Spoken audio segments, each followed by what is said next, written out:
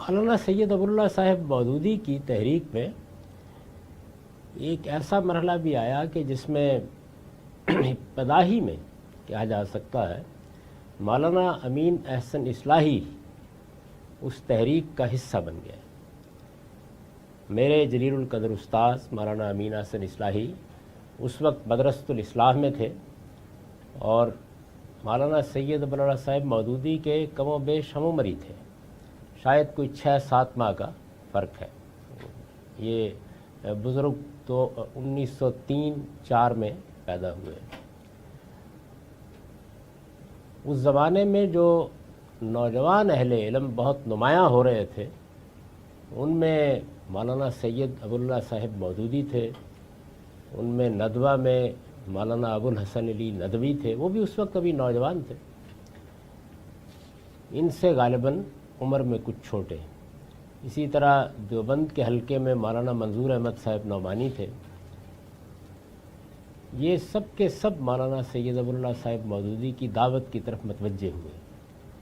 اور ان کے ساتھ ابتدا میں شامل ہو گئے۔ مولانا علی میاں، مولانا ابو الحسن علی ندوی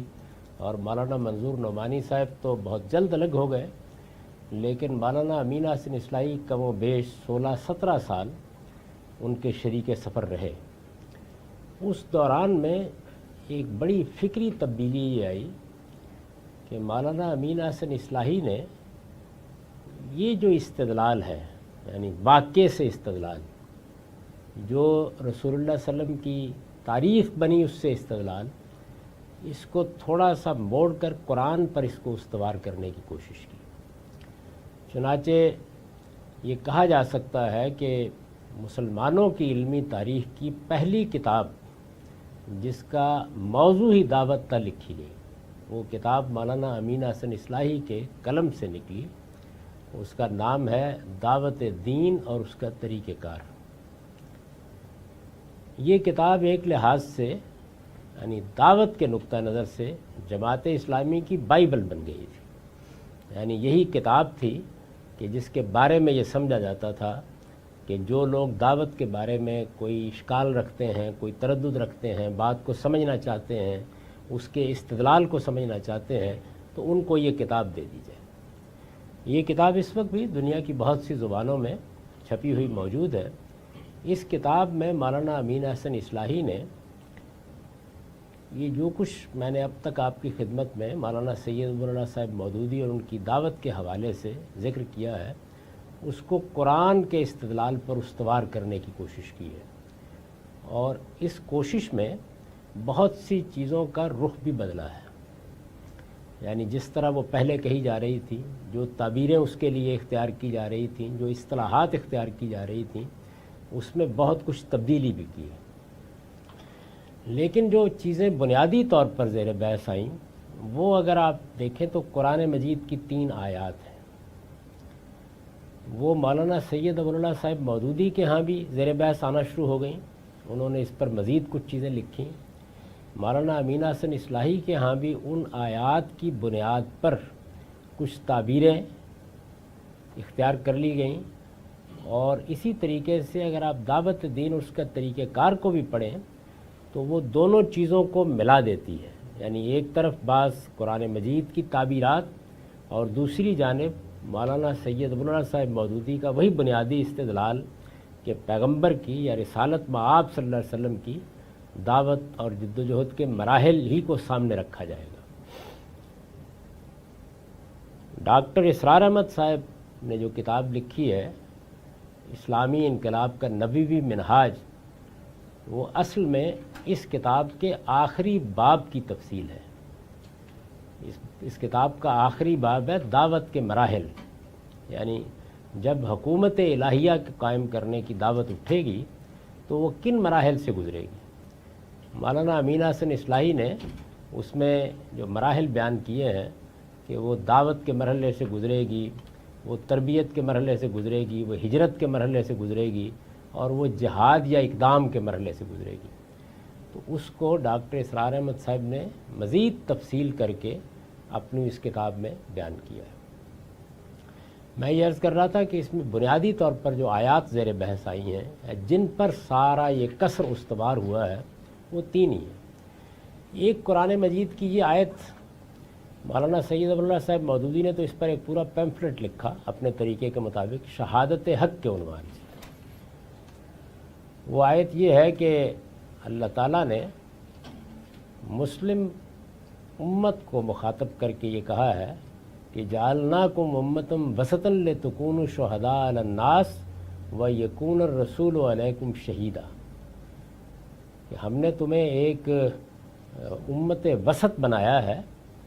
اور تمہاری ذمہ داری یہ ہے کہ تم دنیا کی باقی سب قوموں اور سب لوگوں کے اوپر دین کی شہادت دو جیسے کہ رسول نے تم پر دین کی شہادت دے دی۔ تو اس سے یہ استدلال کیا گیا کہ رسول اللہ صلی اللہ علیہ وسلم نے دین کی شہادت جس طریقے سے دی اس میں دعوت بھی تھی، اس میں ایک منظم جماعت کو پیدا کرنے کا عمل بھی تھا،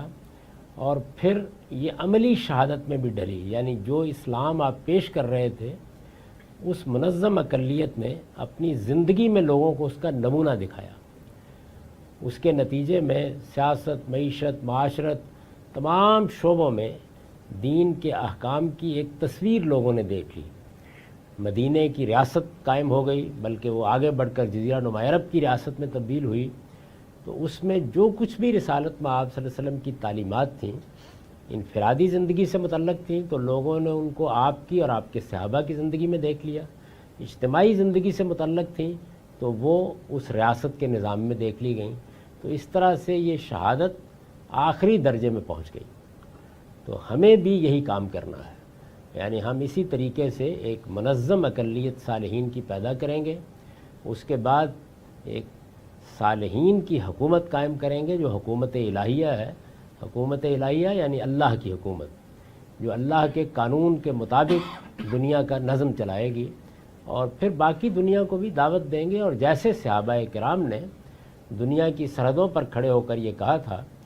کہ اسلام لاؤ، جزیہ دو ورنہ لڑنے کے لیے تیار ہو جاؤ، تو یہی منہاج یا یہی طریقہ ہم بھی اختیار کریں گے۔ لیکن مسلمان ملکوں میں جب ہم یہ دعوت دیں گے تو اگر کوئی استبدادی حکومت ہے تو پھر تو شاید جنگ ہی کرنا پڑے گی، اگر ایسا نہ ہو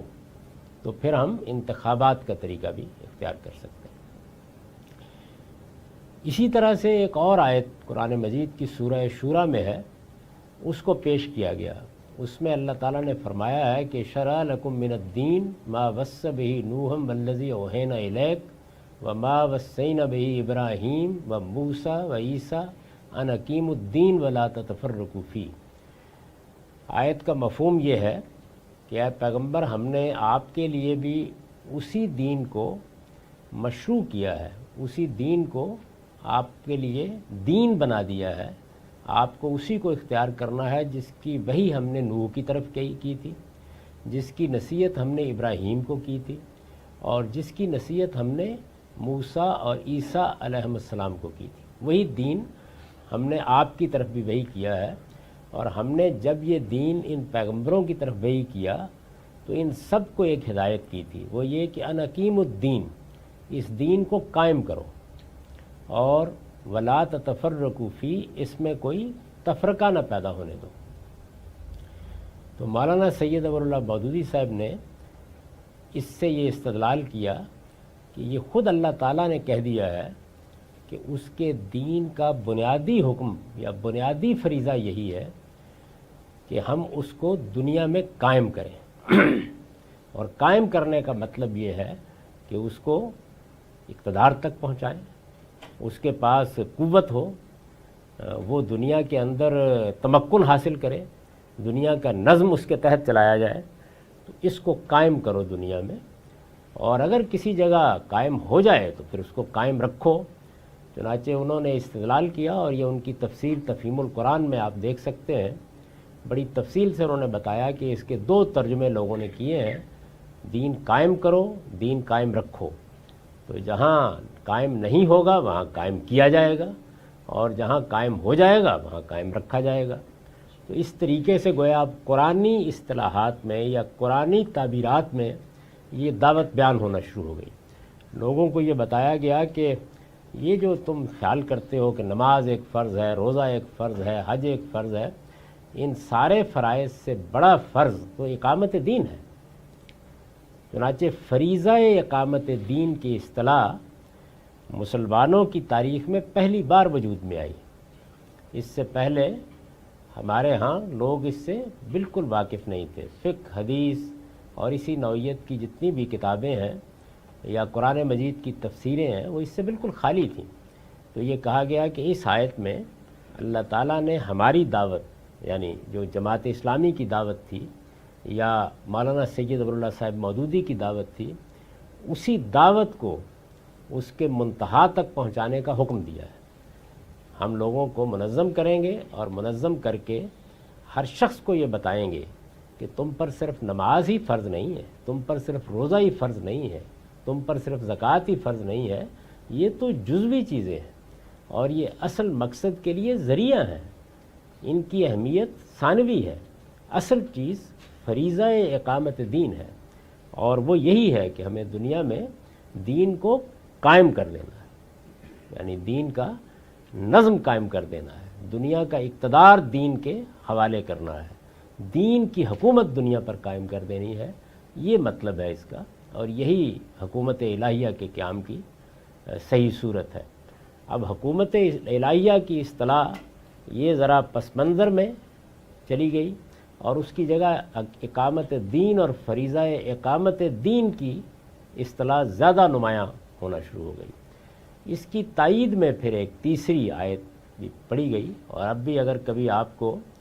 جماعت اسلامی کے مرکز منصورہ میں جانے کا اتفاق ہو تو جب وہاں ایک مسجد بنائی گئی جو جماعت اسلامی کی تاریخ کی پہلی بڑی مسجد تھی، تو اس مسجد پر لکھنے کے لیے جب آیات کے انتخاب کا مرحلہ آیا تو جس آیت کا انتخاب کیا گیا وہ وہی تھی جو میں اس وقت آپ کو سنا رہا ہوں۔ وہ یہ تھی کہ هو الذی ارسل رسولہ بالہدی والدین الحق لیظہرہ علی الدین کلہ ولو کرہ المشرکون، یعنی وہ اللہ جس نے اپنے رسول کو بھیجا اس لیے کہ وہ دین حق اور ہدایت لے کر اس کو دنیا کے تمام ادیان پر غالب کر دے، اگرچہ یہ مشرکوں کو کتنا ہی ناگوار گزرے۔ اسی آیت کو بنیاد بنایا گیا۔ اس سے آپ اندازہ کر سکتے ہیں کہ ایک ایسا استدلال سامنے آ گیا جس نے پھر پوری دنیا میں ہزاروں لوگوں کو متاثر کیا۔